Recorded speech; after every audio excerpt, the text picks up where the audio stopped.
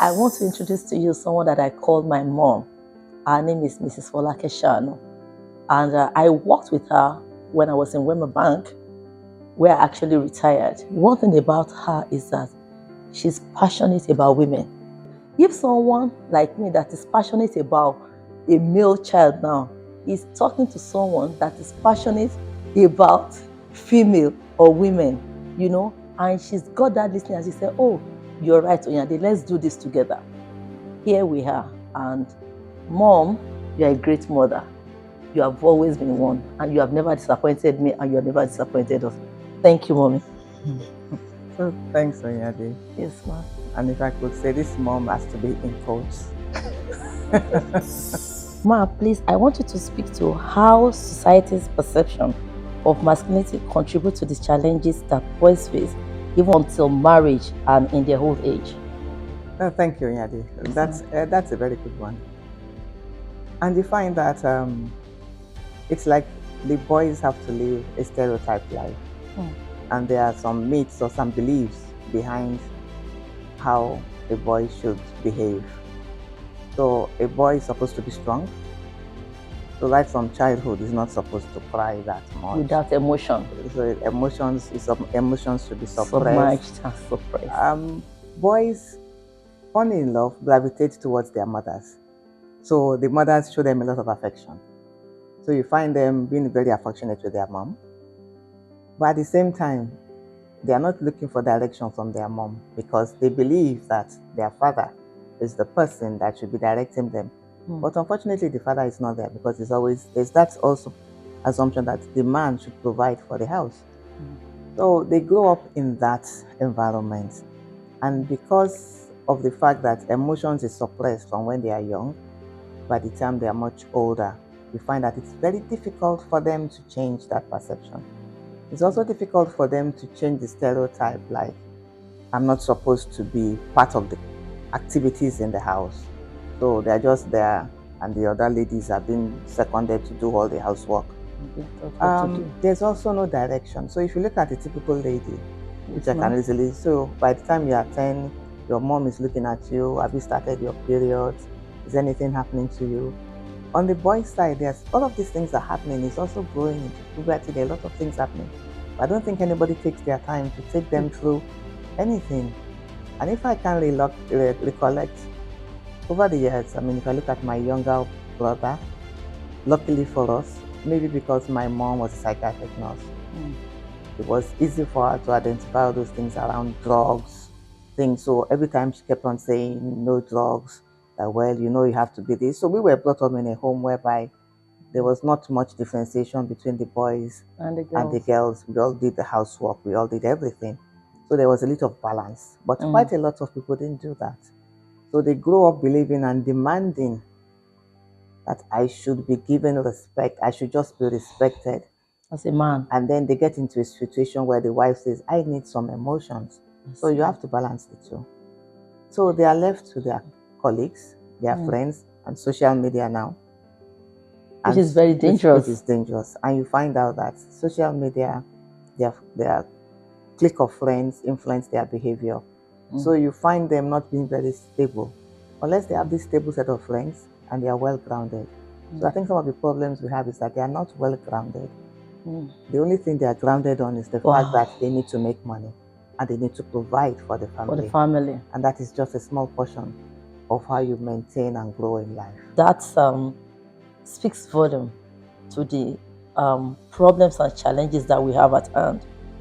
But Ma, I still want to ask, how can parents and caregivers play a role in supporting the development of boys and young men?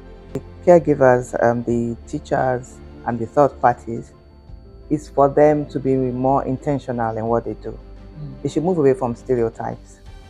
Sometimes you see a child that comes in, is very boisterous, when it comes with a particular type of hairstyle, and you just brand the child as, these ones are just in this particular category. No, that's not the way it is. The guy is just expressing himself.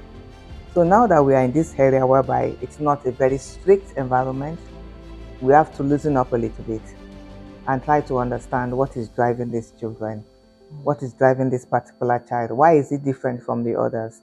So the caregivers too have to also change the way they could go about things. There's no stereotype. It's not one size fits all type of education anymore. I agree with you. You should find a way of trying to see if about 50% are in this direction, it's fine. Another 20%, then you start addressing their individual issues. Then we have guidance counselors in schools that they are no longer there most of the time. You know, in my days, guidance counselors also direct you and they give you an idea of where you're supposed to be. But most importantly to boys is for them to have role models in the society, role models in the home, role models in the school. Because it's not all about what you say, it's about what we do. So our society also has to change with their values so that the boys can actually relate with something. So relate with the leaders. All they say is everybody making money.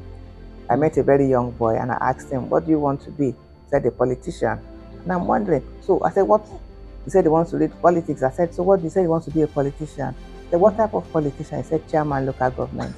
And I'm wondering, why do you go to that? Is you are seeing it that there's money to be made. Yes. So you're willing to join the Joneses. You're not going to add any value to the society other than being a politician.